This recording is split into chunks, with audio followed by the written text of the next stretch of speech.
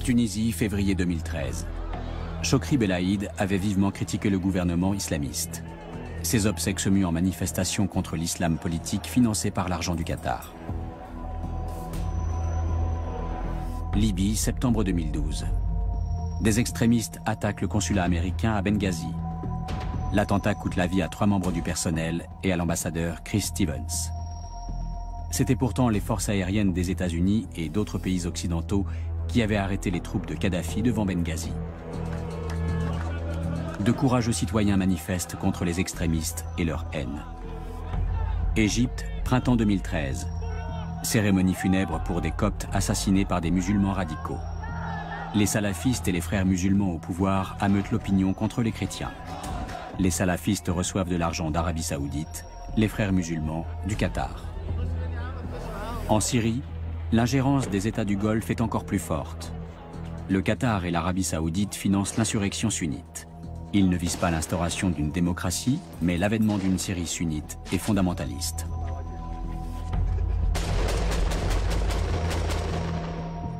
Le Qatar et l'Arabie Saoudite ont largement contribué à étouffer les aspirations démocratiques des pays du printemps arabe. Les révolutions restent inachevées, et elles peuvent même échouer comme en Syrie. Le Qatar et l'Arabie Saoudite s'y emploient activement. Leur but est de créer un axe de gouvernement prônant un islam radical pour empêcher qu'une étincelle de liberté gagne les monarchies du Golfe.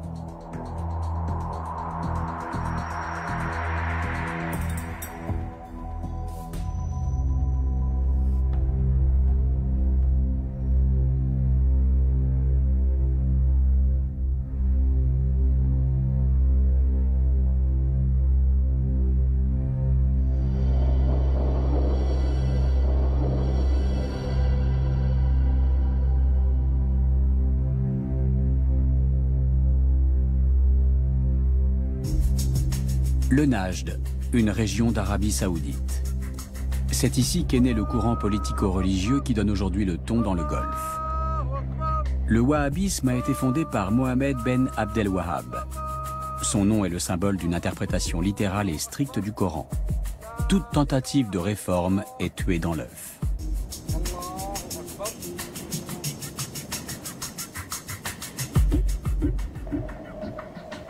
En 1932, Abdelaziz Al Saoud, associé aux Wahhabites, réunit plusieurs royaumes pour créer l'Arabie Saoudite.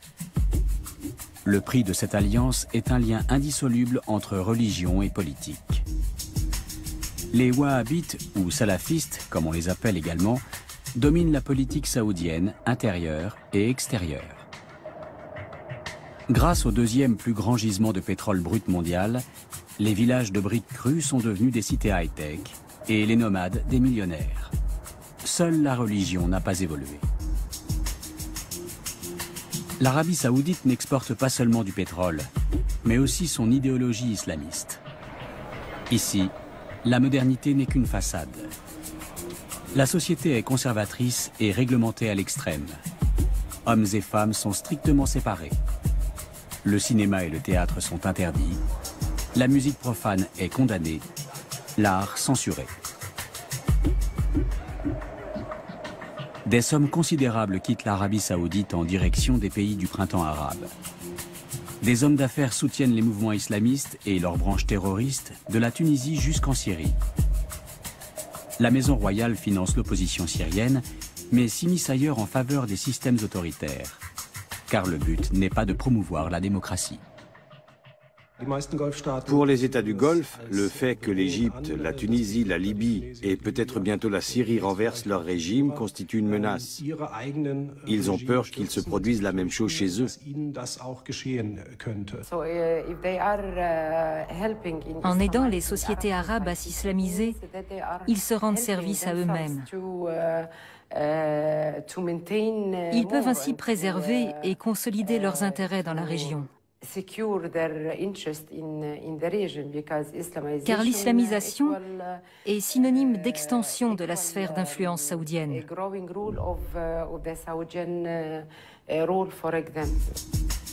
Le Qatar s'immisce lui aussi dans la refonte du monde arabe. La petite péninsule du Golfe Persique fait désormais partie des États les plus influents de la région. Après l'Iran et la Russie, le Qatar possède les plus grandes réserves mondiales de gaz. 80% de ses habitants sont des travailleurs immigrés.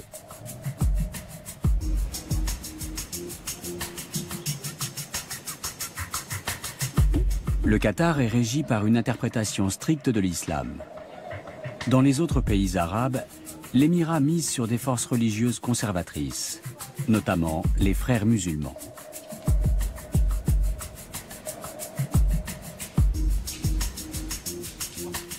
Le cheikh Hamad Ben Khalifa Al Thani est le père de l'émir actuel.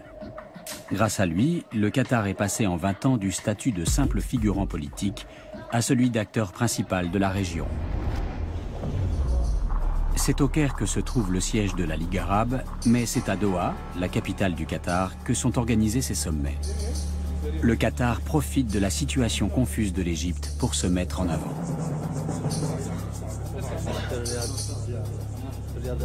Dans le cas du Qatar, oui, effectivement, on est là encore dans des considérations qui sont probablement plus stratégiques. Les Qataris choisissent de soutenir un certain nombre de forces politiques. Les frères musulmans sont la première, il y en a d'autres.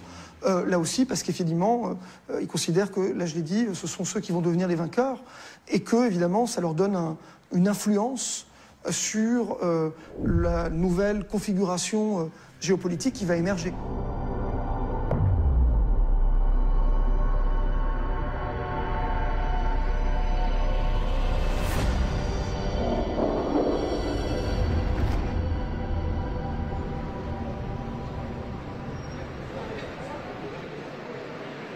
Houda Cherni fait partie de ceux qui s'opposent à l'influence des pays du Golfe.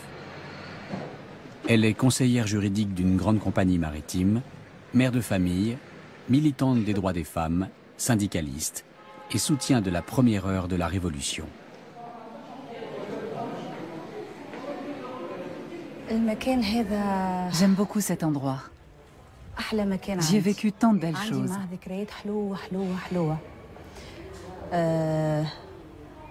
Nous sommes dans les locaux de l'Union générale tunisienne du travail. C'est la plus ancienne organisation syndicale de Tunisie. Dès le début des manifestations et du mouvement contestataire, l'Union générale tunisienne s'est beaucoup investie et a soutenu les manifestants dans toutes les villes tunisiennes qui se sont soulevées. Juin 2013. Derrière ces barbelés se trouve le ministère de l'Intérieur. Le pays est gouverné par le parti Ennahda, la branche tunisienne des frères musulmans.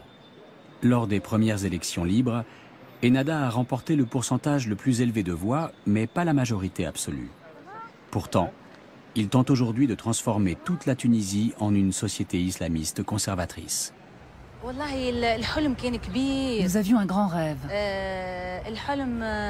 celui d'une Tunisie nouvelle, d'une belle Tunisie, d'une Tunisie libre, laïque et démocratique.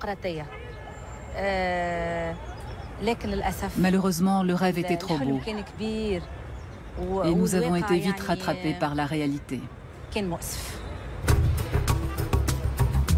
La place centrale de Tunis, rebaptisée place du 14 janvier 2011 après la Révolution. Ici, c'est encore une femme qui orchestre le bal des voitures. Les femmes de Tunisie comptent parmi les plus libres du monde arabe. Mais depuis l'arrivée au pouvoir d'Ennahda, leurs droits sont contestés et elles doivent lutter pour les préserver.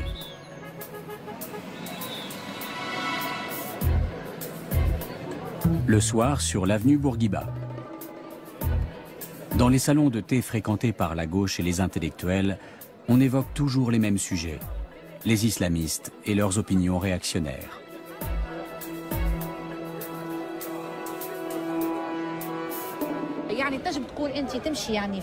Parfois dans la rue, on est abordé par des extrémistes salafistes qui ne parlent pas du voile, mais du voile intégral. Si possible avec niqab et vêtements amples. Il ne s'agit pas d'un voile islamique, mais d'un voile wahhabite. C'est ce courant wahhabite qui nous vient des pays du Golfe comme l'Arabie saoudite et le Qatar qui constitue une menace. Le meurtre de Chokri Belaïd, le 6 février dernier, a marqué un tournant pour tous les opposants aux islamistes. Il a été élevé au rang de martyr et sa veuve est considérée comme une héroïne nationale. En juin, l'Association tunisienne des femmes démocrates a réuni des signatures pour exiger que le meurtre soit élucidé. Des dizaines de milliers de cartes postales sont arrivées au ministère de l'Intérieur. La même question inscrite sur chacune d'entre elles.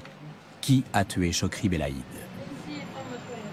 L'attentat a attisé la méfiance à l'égard du gouvernement islamiste et entraîné l'union des partis d'opposition. L'assassinat de Chokri Belaïd a suscité beaucoup de colère et de critiques virulentes. Les citoyens tunisiens ont violemment condamné cet acte.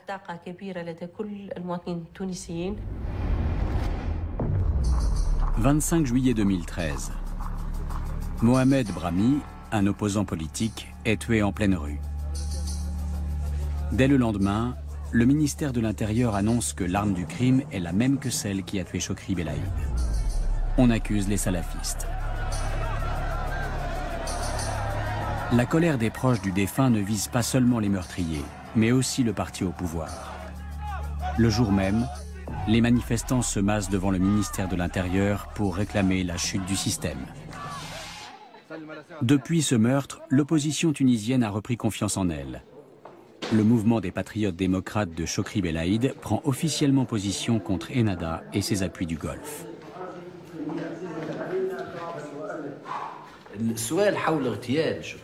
Parmi les questions que soulève l'assassinat de Chokri Belaïd, on peut se demander à qui profite ce crime. À l'époque, Chokri était sur le point de réaliser deux choses importantes en Tunisie. Faire éclater au grand jour des politiques, des choix et des alliances, et rassembler le plus grand nombre de Tunisiens contre ces politiques, ces choix et ces alliances. Lors du premier anniversaire de la révolution tunisienne, l'émir du Qatar était l'invité d'honneur de Tunis. Il avait qualifié les changements survenus dans les États arabes de chance historique. Ils allaient enfin pouvoir réaliser leur unité à l'image de l'Union européenne. Et ce, bien sûr, sous la houlette des frères musulmans que le Qatar soutient de la Tunisie jusqu'en Syrie. Mais ce mouvement si populaire dans les premiers temps se heurte à la réalité du pouvoir. En Tunisie, les prix grimpent, le tourisme stagne, les investisseurs hésitent.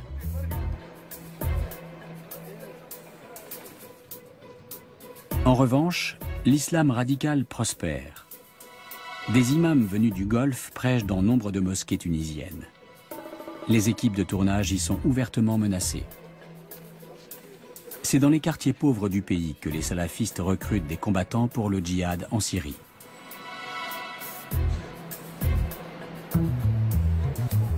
Régulièrement, des gens dont le fils ou le frère est parti se battre en Syrie manifestent devant le ministère des Affaires étrangères. Quelques dizaines de Tunisiens sont enfermés dans les prisons de Damas. Ce n'était pas un extrémiste. Il faisait sa prière, oui. Après le travail, il allait à la mosquée puis rentrait chez lui. Il ne sortait pas ni ne fréquentait les cafés. Il a fait la connaissance sur Internet d'un Libanais dont j'ai oublié le nom. Et depuis, il n'a que le mot djihad à la bouche et il distribue des tracts. Il faudrait que le gouvernement empêche ce genre de choses. Les familles exigent du ministère des Affaires étrangères qu'il négocie le retour de leurs enfants avec le gouvernement de Bachar el-Assad. Ces combattants viennent de quartiers comme celui-ci, où le chômage a encore augmenté depuis la Révolution.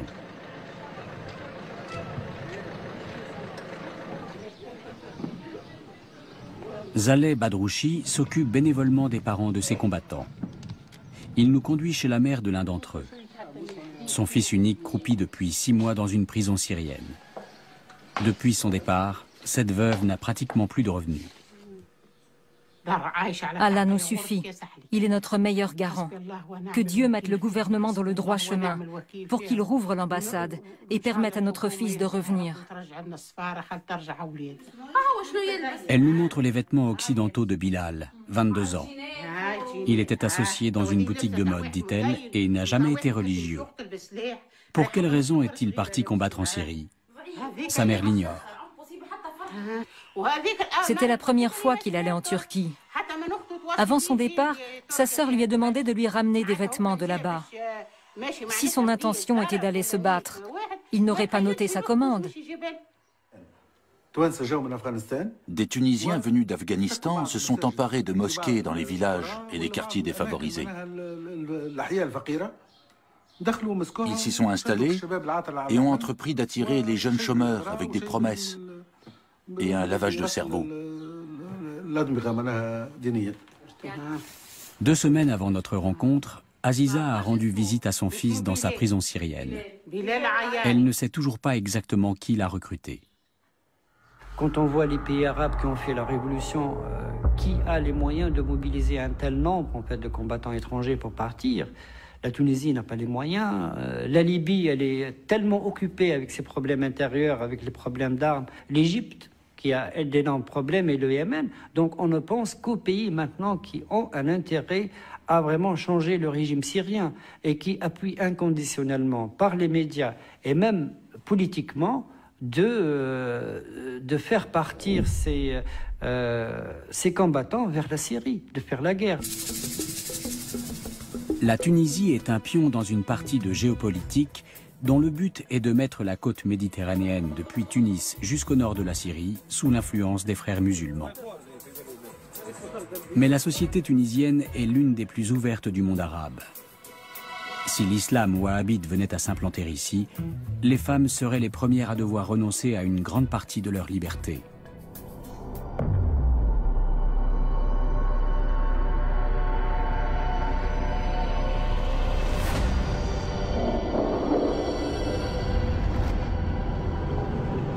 À Benghazi, il n'est pas courant de voir une femme au volant. La Libye est profondément religieuse et conservatrice. Ici, le printemps arabe a rompu avec les traditions religieuses. Ce n'est pas du goût des islamistes qui convoitent le pouvoir.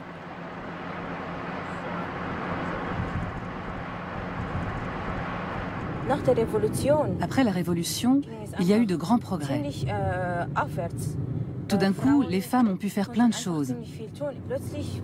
Elles pouvaient travailler, étudier, sortir, conduire une voiture. Noussiba a passé une partie de sa jeunesse en Suisse. Elle est revenue s'installer en Libye en 2008. Non seulement les femmes conduisent, mais elles ont pris des habitudes qui ne plaisent pas aux islamistes.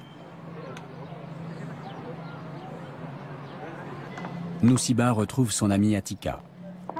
Elles sont toutes deux militantes politiques. Elles se battent pour l'égalité des droits entre hommes et femmes et scrutent les activités des islamistes. Pour elles, la majorité des Libyens n'est pas réceptive à un islam politique radical. Le peuple libyen est très croyant. Il n'a pas envie qu'on vienne lui dire ce qu'il a le droit de faire ou non selon le Coran. Parce que les Libyens sont tous de bons musulmans et ils connaissent bien le Coran.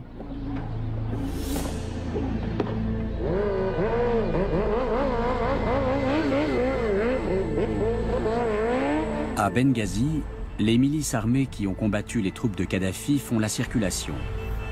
Dans le pays, elles disposent d'un pouvoir considérable. Elles comptent aussi d'innombrables extrémistes, mais leur position est fragilisée depuis qu'en septembre 2012, un groupe terroriste a attaqué l'ambassade américaine. Une vidéo blasphématoire postée sur Internet par un Américain serait à l'origine de l'attentat. Pendant des heures, l'ambassade a été la cible d'un feu nourri. Les terroristes ont tué 3 ressortissants américains. Et Chris Stevens, l'ambassadeur, est mort asphyxié. Rizik Atik était voisin de l'ambassade. Il a assisté à l'attaque, mais n'a pu aider les assiégés. Les attaquants étaient trop nombreux. Ce qui s'est passé est inacceptable. Nous avons été attristés par ce qui est arrivé, surtout pour l'ambassadeur. Il a été là pendant la Révolution. Il a vécu avec nous, avec le peuple. Cet attentat a marqué un tournant.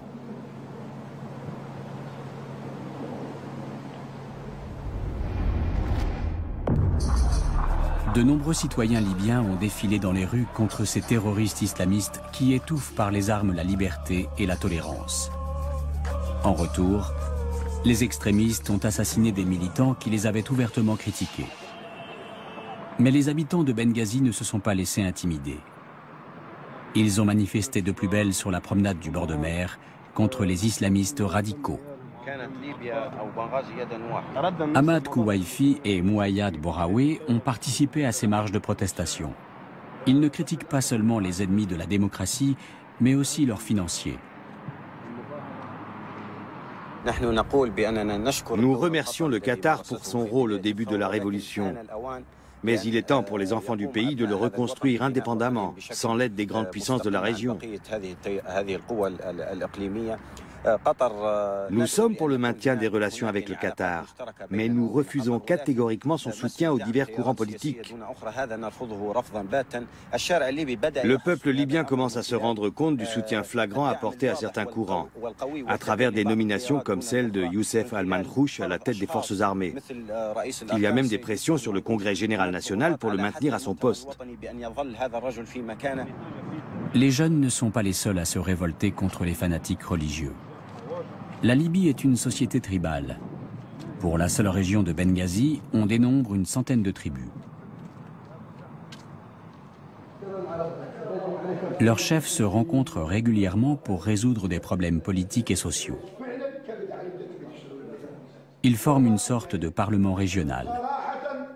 La politique à coups de Kalachnikov des extrémistes est considérée comme une attaque contre l'autorité traditionnelle. Suite à l'attentat contre l'ambassade américaine, les tribus sont arrivées le jour de la libération de la Libye et ont demandé le rétablissement de la paix et de la sécurité avec l'intervention de l'armée. Celle-ci a obtenu les pleins pouvoirs et le droit de riposter face à toute menace contre la paix dans le pays et la sécurité des populations civiles et étrangères. Les sociétés étrangères, les journalistes, les diplomates, ainsi que toute personne travaillant ici seront protégés.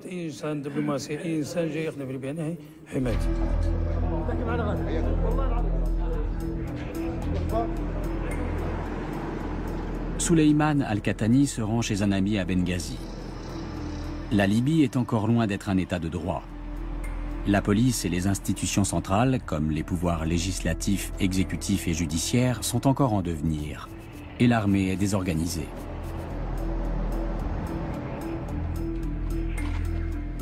Les structures tribales pourraient combler ce vide politique.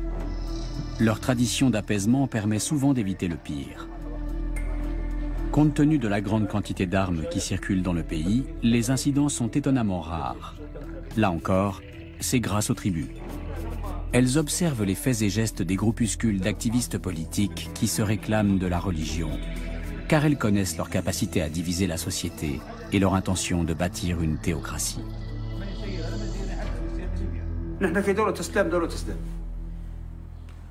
Nous sommes dans un pays musulman, mais nous ne voulons pas d'un État islamique. C'est mon avis personnel, et chacun défend son point de vue. Quoi qu'il en soit, en Libye, nous sommes des tribus solidaires, fidèles à nos origines et à nos clans. Quoi qu'il arrive. L'islam n'est pas un facteur de solidarité en Libye. Le nationalisme non plus.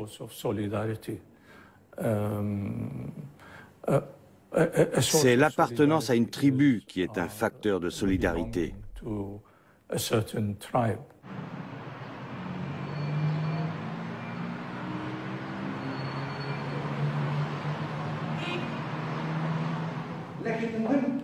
Les représentants d'un islam politique ne sont pas les seuls à avoir une position difficile en Libye. Les frères musulmans sont eux aussi en difficulté. Pilotés par leur siège égyptien, ils ont tenté sans grand succès de s'implanter dans le paysage politique. Selon les estimations, la confrérie libyenne compterait 5000 membres en Libye. Peut-être sont-ils moins nombreux encore. Leur influence politique est pratiquement insignifiante, mais leur projet est radical.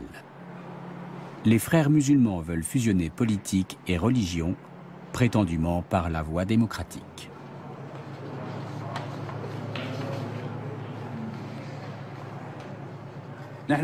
Pour nous, musulmans, la charia régit nos vies. C'est un mode de vie. Dans une société musulmane, les lois ne doivent donc pas aller à son encontre. Nous laissons le choix au peuple. Nous nous sommes prêtés au vote démocratique. Ainsi, c'est le peuple, à travers l'élection des membres du Parlement et des dirigeants, qui définit la ligne de conduite. Le Qatar et l'Arabie saoudite tentent ici aussi d'aiguiller le printemps arabe. Pour l'instant, sans succès. Car les Libyens disposent eux-mêmes de vastes gisements de pétrole et ne sont pas dépendants de l'argent des pays du Golfe. La Libye produit 500 000 barils par jour. Un chiffre énorme pour une population de 6 millions d'habitants.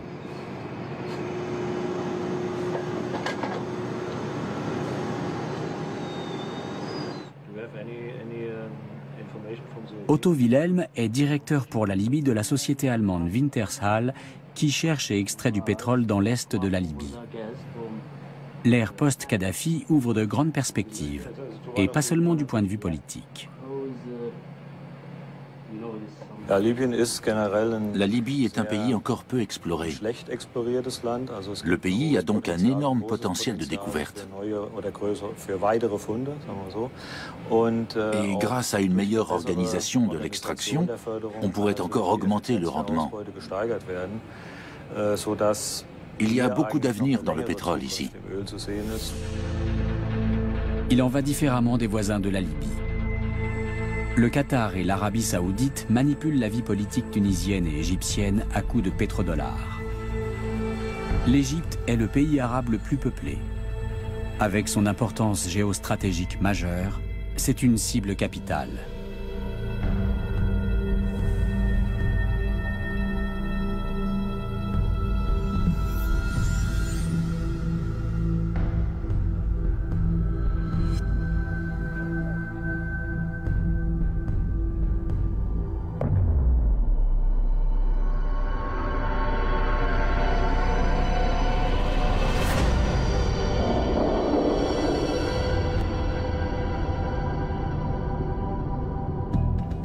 Pauvre en pétrole, l'Égypte est dépendante de l'argent de l'étranger.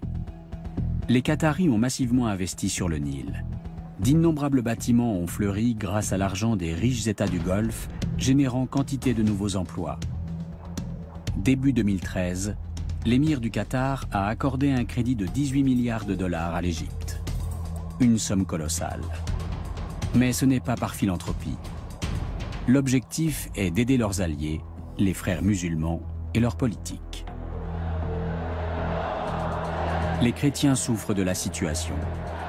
Printemps 2013. Une cérémonie funèbre au Caire. Une fois de plus, des membres de la communauté copte ont été tués lors de violences antichrétiennes. Le deuil fait place à la colère. Les funérailles virent à la manifestation politique pour les droits des coptes. Environ 10% des Égyptiens sont chrétiens. Beaucoup d'entre eux craignent d'être mis sur la touche politiquement et socialement par le gouvernement des frères musulmans. Cette peur est légitime.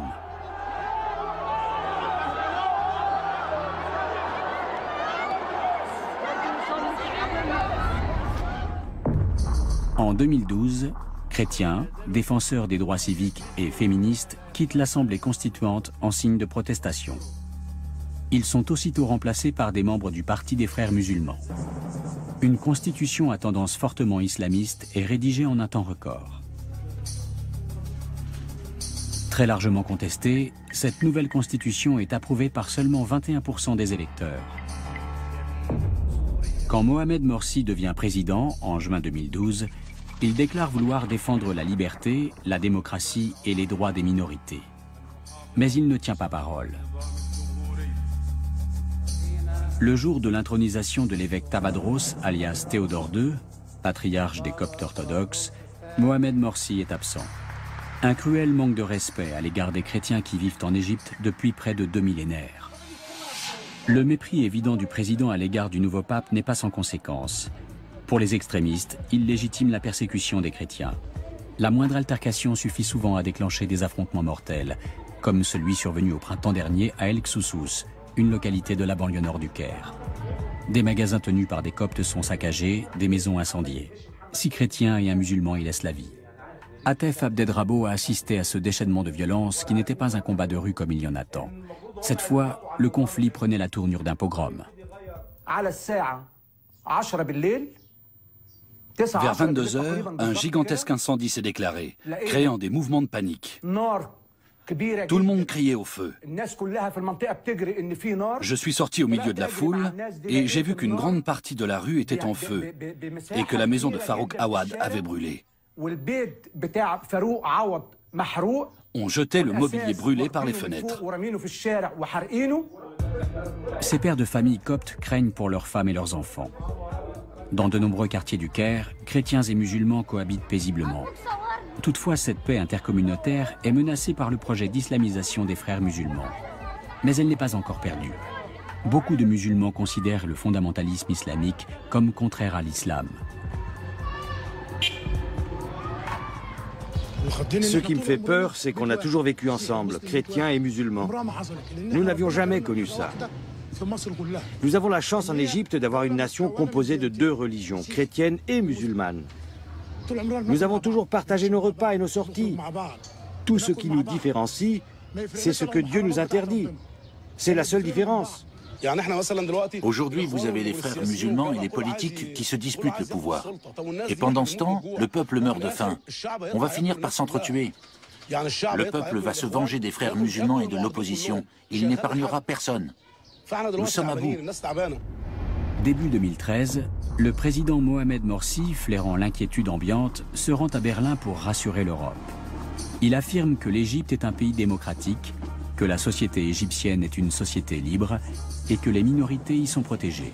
Après son rendez-vous avec la chancelière Angela Merkel, il accepte de se prêter à une interview. Werden Touristen in Ägypten in Zukunft mit einem Alkoholverbot rechnen müssen? Mohamed Morsi répond que chaque culture a ses valeurs et qu'en Allemagne aussi, il y a des règles à respecter.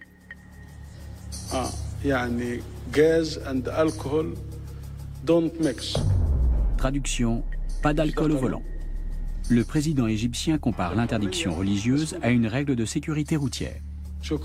Le public berlinois reste bouche bée, puis décide tout de même d'applaudir poliment. En Égypte, on ne se gêne pas pour tourner les propos de Mohamed Morsi en dérision. Ses apparitions télévisées alimentent la satire. Bassem Youssef s'en donne à cœur joie dans son émission.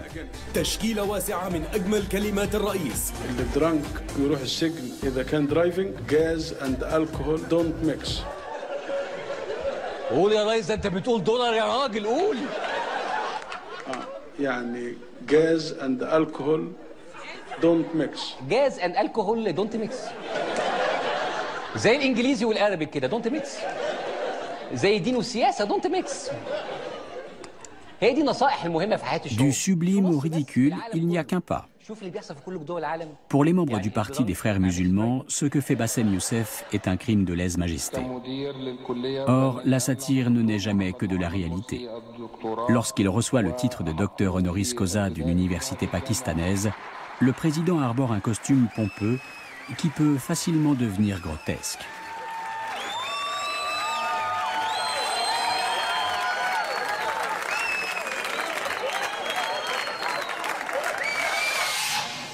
Lamis El Hadidi, une collègue de Bassem Youssef qui travaille comme lui pour la chaîne de télévision CBC, reçoit régulièrement des menaces de mort des islamistes radicaux. C'est une femme sûre d'elle, une féministe engagée et une journaliste qui pose des questions qui dérangent.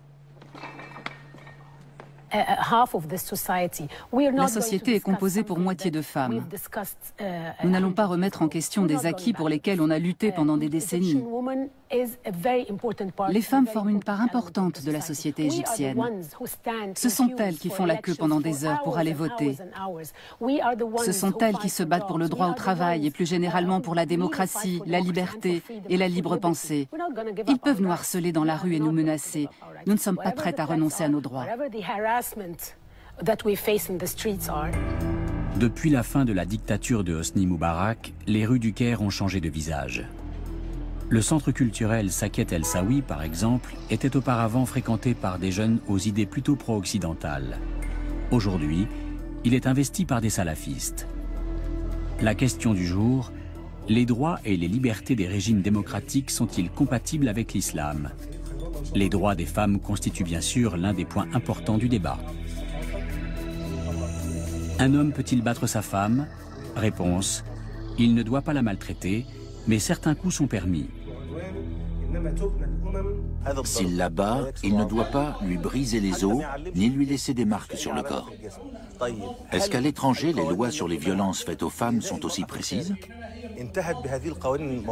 Bien sûr que non. Les salafistes excluent tous ceux qui ne partagent pas leur interprétation de l'islam. C'est précisément ce qu'il y a de plus profondément antidémocratique dans leurs convictions politiques.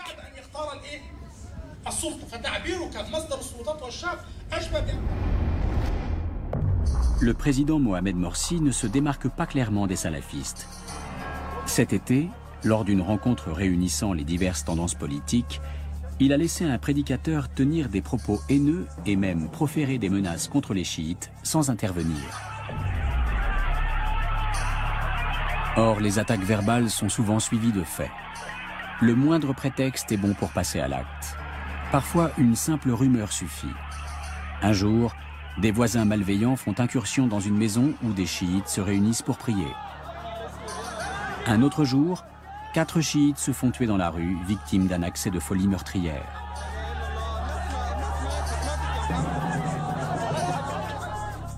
À la mi-juin, Mohamed Morsi nomme Adel Al-Ksayat gouverneur de Luxor. Il s'agit d'un membre de la formation islamiste Jama'a Islamaya, celle-là même qui a perpétré l'attentat terroriste de 1997 à Luxor, dans lequel 58 touristes ont perdu la vie. Face à la pression internationale, le nouveau gouverneur est vite contraint à quitter son poste. En juin 2013, les organisateurs d'une campagne anti-Mohamed Morsi affirment que leur pétition pour le départ du président a récolté 22 millions de signatures, soit nettement plus que les 15 millions de voix avec lesquelles il a été élu un an plus tôt. La tendance est inversée. L'opposition, qui comprend un grand nombre d'anciens sympathisants du chef d'État, veut se débarrasser de lui. Mais le président se refuse à démissionner. L'armée rallie les rangs de l'opposition et lance un ultimatum au président. S'il ne trouve pas de solution à la crise d'ici 48 heures, en collaboration avec les forces de l'opposition, l'armée interviendra.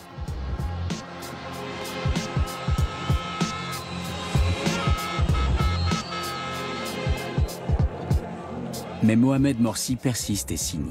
Il a été élu et est donc le chef d'État légitime. Il se fait même menaçant. Mais aussi arrogant soit-il, ses propositions sont insuffisantes. Ils n'ont rien à proposer. Ils ne gèrent rien. Ils sont incapables d'avoir une vision globale puisqu'ils refusent de collaborer avec qui que ce soit.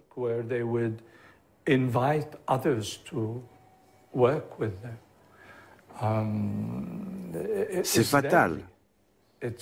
C'est une attitude autodestructrice. Ils sont en train de s'autodétruire. Mohamed Morsi est renversé par les militaires. Je suis folle de joie. C'est un jour de fête. C'est comme si notre pays était occupé et venait d'être libéré. On est très heureux. Les frères musulmans perdent le pouvoir. Et leur plus grand allié et créancier, le Qatar, perd lui aussi beaucoup de son influence politique en Égypte. Les cartes sont redistribuées. Le chef de l'armée, Abdel Fattah al-Sisi, se voit immédiatement proposer l'aide d'un autre important tireur de ficelles, l'Arabie saoudite, sous la forme d'un prêt de 5 milliards de dollars. La maison royale saoudienne, qui se méfie depuis toujours des frères musulmans, voit en l'armée une planche de salut. Tant qu'elle aura le dernier mot en Égypte, il ne pourra pas y régner de véritable démocratie, laquelle, en se répandant dans le reste du monde arabe, risquerait d'ébranler son pouvoir. Amère déconfiture pour les frères musulmans.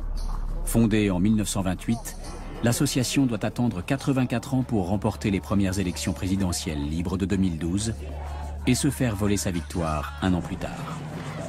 C'est la plus grande défaite de l'histoire de la confrérie. Et donc ils vont entrer dans une sorte de paranoïa en disant finalement on est entouré d'ennemis qui tous n'ont qu'un objectif, c'est de restaurer le régime de Moubarak. on ne peut faire confiance qu'à nous-mêmes, et donc on se referme sur le groupe, on se referme un peu comme une sorte de forteresse assiégée finalement. Et ce qui est très étonnant, c'est que cette rhétorique, on pourrait penser qu'elle est simplement une rhétorique de justification. Les fidèles de Mohamed Morsi ont maintenant l'armée et la plus grosse partie de la population contre eux. La situation politique la plus défavorable qu'on puisse imaginer. La confrérie traverse une formidable crise, au point que ses membres en arrivent à craindre pour sa survie.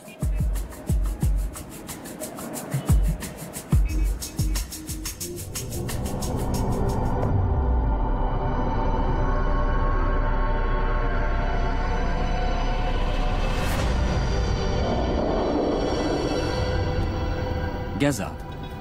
Il n'y a guère de ville au monde où autant de personnes sont concentrées dans un espace aussi restreint. Depuis 2007, le Hamas règne ici en maître. C'est à cause de l'islamisme forcené de cette branche palestinienne des frères musulmans que la bande de Gaza fait l'objet d'un blocus international. Elle ne peut plus exporter, et ne pouvant apporter que de façon extrêmement limitée, elle fait venir la plupart des marchandises d'Égypte par des tunnels de contrebande. Les camps de réfugiés n'ont toujours pas disparu de Gaza. C'est dans des quartiers surpeuplés comme celui-ci que s'entassent tous ceux qui ont fui des lieux aujourd'hui situés sur le territoire d'Israël. Le chômage sévit encore plus ici que dans les villes. Les 1,7 million d'habitants de la bande de Gaza ne survivent que grâce aux aides de la communauté internationale.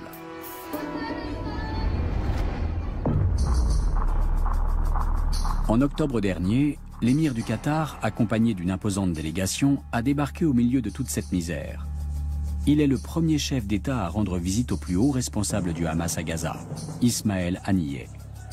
Un triomphe pour les islamistes, victimes depuis 5 ans de l'isolement diplomatique imposé par la communauté internationale. L'émir n'est pas venu les mains vides. Le Qatar veut investir plus de 400 millions de dollars à Gaza pour construire des infrastructures, des logements et un hôpital spécialisé dans les prothèses.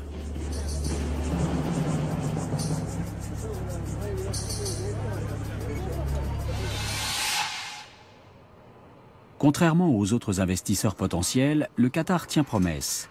En janvier 2013, l'émirat crée à Gaza un bureau pour la reconstruction de la bande de Gaza.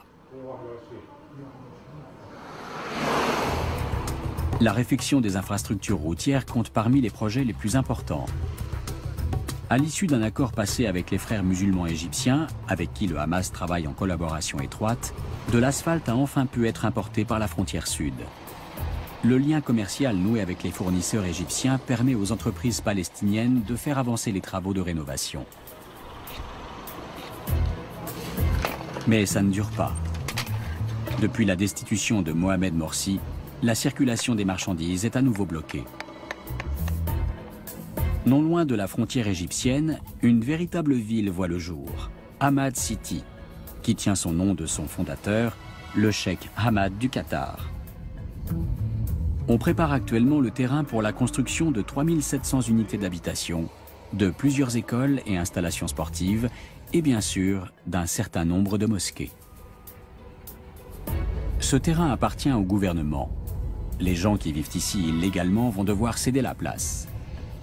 Ces mesures sont prises par le ministère de la Construction, donc le Hamas, qui distribue les contrats et coordonne tous les projets de développement dans la bande de Gaza.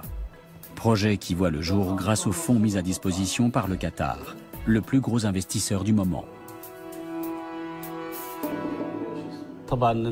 Bien sûr, il y a eu des promesses. Mais pour le moment, rien n'a été annoncé. L'importation des matériaux de construction n'est toujours pas autorisée. De ce fait, depuis 2 ans, c'est grâce à un programme du Conseil de coopération des États arabes du Golfe avec la Banque islamique de développement de Jeddah qu'on a pu entamer la reconstruction de Gaza. Mais l'argent du Golfe ne coule jamais à flot sans véhiculer avec lui une bonne dose d'idéologie. Les barbes hirsutes à la mode islamiste sont en vogue à Gaza. Aux grandes dames des barbiers, de moins en moins d'hommes se font raser.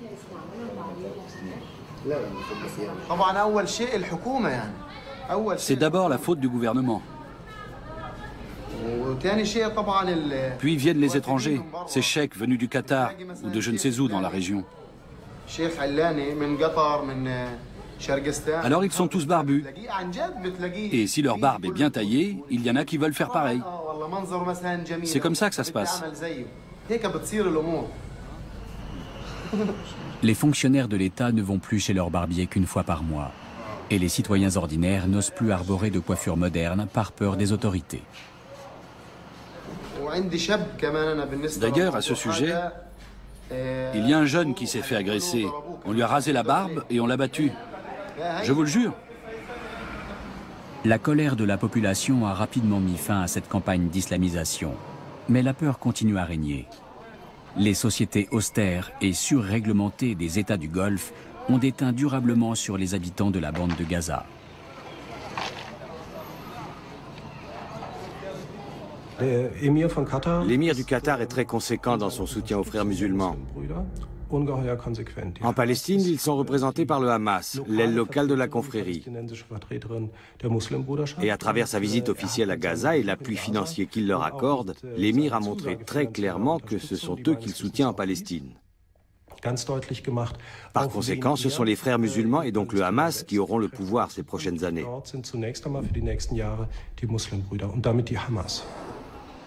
Toutefois, des mouvements de résistance apparaissent, en particulier au sein de la population féminine. Où en sont les femmes après les printemps arabes?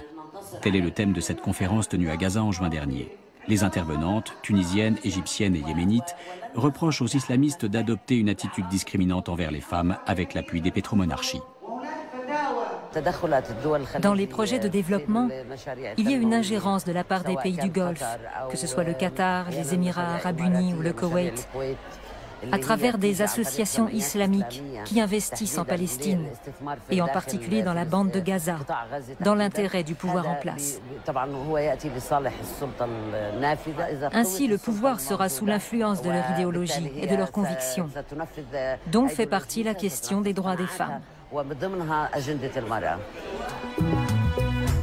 Les femmes ont un niveau d'érudition plus élevé à Gaza qu'en Égypte ou en Libye. Mais ici, elles sont victimes d'un double enfermement, car elles vivent à la fois au sein d'une société très conservatrice et dans un territoire étroitement replié sur lui-même.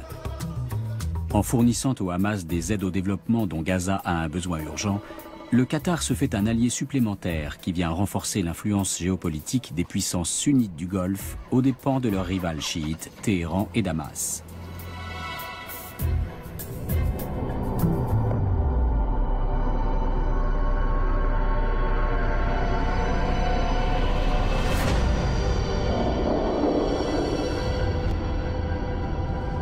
Un checkpoint de la périphérie d'Azaz, une petite ville du nord de la Syrie, en mars 2013.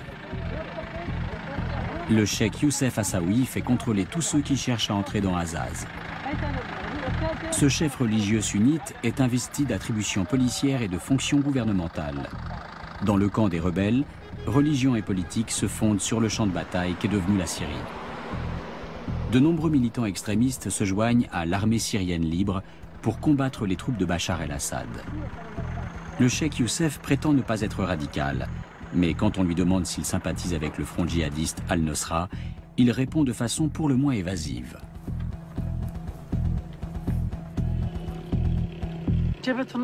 Le front Al-Nosra est formé essentiellement de civils.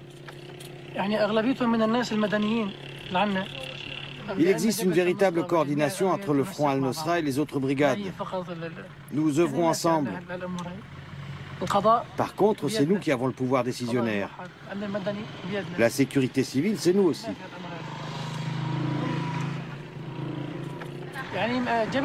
Le front Al-Nosra est une brigade comme une autre, ils n'ont ni pouvoir ni armée. Mais si nous avons besoin de soutien, ils seront présents à l'appel.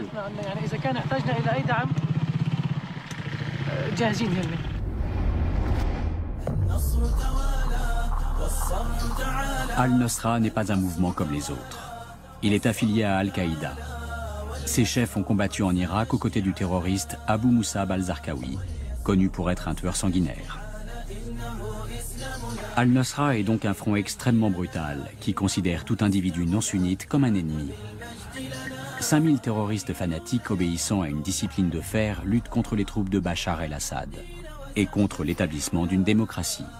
car l'objectif d'Al-Nosra est de fonder un califat islamiste. Le gouvernement alaouite y voit une raison suffisante pour bombarder villes, villages et nombre de civils dans la foulée.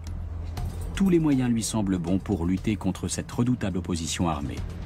Pour Bachar el-Assad et son clan, c'est une question de survie. En revanche, aux yeux du droit international, de tels massacres sont absolument injustifiés. Donc on a remarqué aussi avec Obama, contrairement à la politique de Bush, la politique de la non-intervention. C'est ce qui explique aujourd'hui l'hésitation des États-Unis à intervenir en Syrie. Il y a beaucoup de calculs, il y a aussi des enjeux stratégiques énormes qui se jouent dans cette région. Et le Qatar aujourd'hui est un des acteurs qui se met devant la scène parce qu'elle est crédible. La Syrie est divisée. Les uns veulent un État sunnite, les autres un État séculier. Deux positions inconciliables. À Azaz, le système qu'une grande partie des sunnites voudraient imposer à toute la Syrie est déjà en place. Le cheikh Youssef, en plus de ses attributions religieuses et policières, revêt également la fonction de juge. Il se réclame du droit islamique en vertu duquel les pouvoirs exécutifs et judiciaires sont entre les mêmes mains et prétend qu'il a quasiment réussi à éradiquer la criminalité. On n'aurait plus rien à craindre, sinon des vols dans la région. Nous avions quelqu'un qui s'appelait Ramadan, qu'on a libéré pour bonne conduite et parce qu'il a appris une partie du Coran. Le soutien des mouvements de rébellion sunnites par l'Arabie saoudite et le Qatar a une conséquence paradoxale. L'intervention extérieure renforce la position de Bachar el-Assad. Car désormais, ce que le président syrien prétendait dans ses discours de propagande, à savoir que la révolte était manœuvrée de l'extérieur par l'Occident et les puissances arabes voisines, est bel et bien confirmé. Et les chrétiens comme les alaouites, les laïcs, les socialistes et les libéraux redoutent une dictature religieuse. بعضهم يمد المجرمين بالمال والسلاح والبعض الآخر بالدعم والتدريب ودول جارت على سوريا وشعبها لتضعفه وتهيمن عليه ودول بحثت عن موقع لها في تاريخ لا تمتلكه عفوا فكتبته بدماء الأبرياء من الشعب العربي والسوري تحديدا لكن سوريا وشعبها أقوى وأصلب ويعدهم بأنه لن ينسى. On hésite à faire tomber le régime de Bachar el-Assad, car on ne sait pas trop ce qui viendrait le remplacer. Le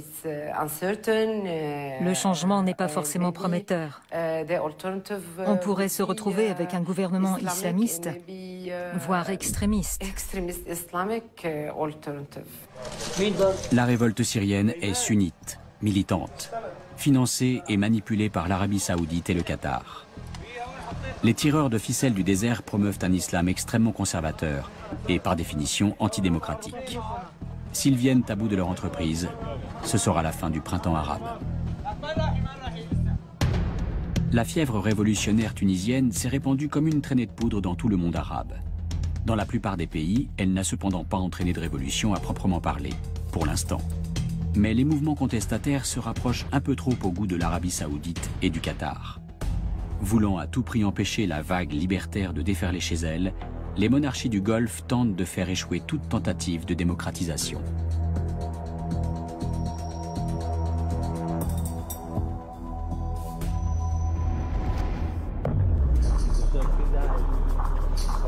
En juin 2013, l'émir du Qatar transmet les rênes du pouvoir à son fils. Il est temps qu'une nouvelle génération prenne les choses en main, annonce-t-il dans son discours d'adieu.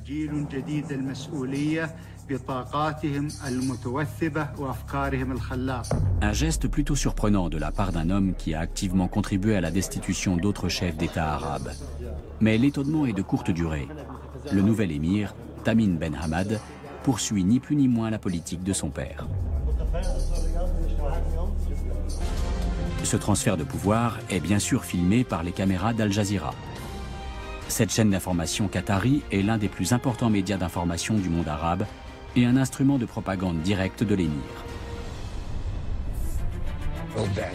Car Al Jazeera ne se pose pas en simple observateur du printemps arabe. Elle prend clairement position. Un certain nombre de journalistes démissionnent en signe de protestation. C'est le cas d'Aksam Suleiman, le correspondant d'Al Jazeera à Berlin.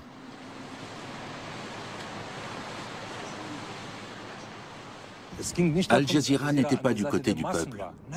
Elle a traîné dans la boue les fondements même du journalisme, soi-disant pour le bien des révolutions. Aujourd'hui, on sait qu'en fait, elle agissait en faveur de certains groupes au sein de ces mouvements, à savoir les islamistes. Pour Aksam Suleiman, l'attitude d'Al Jazeera vis-à-vis du printemps arabe a fait perdre sa crédibilité à la chaîne et à son principal créancier, le Qatar. Si l'émirat soutient les mouvements révolutionnaires arabes, c'est pour mieux renforcer sa propre position géopolitique. Et s'il a misé jusque-là sur les frères musulmans, c'est parce qu'ils étaient partout les grands gagnants. Il est clair que les frères musulmans sont les grands profiteurs de la révolution de 2011. Mais ce qu'on ne sait pas, c'est s'ils seront à la hauteur des défis que ces pays vont devoir relever. La stratégie qui consiste à miser sur les frères musulmans est donc assez incertaine. Je pourrais poser la question inverse. Si par exemple le printemps arabe avait amené des forces libérales au pouvoir, est-ce que les monarchies du Golfe les auraient soutenues de la même façon? Bien sûr que non.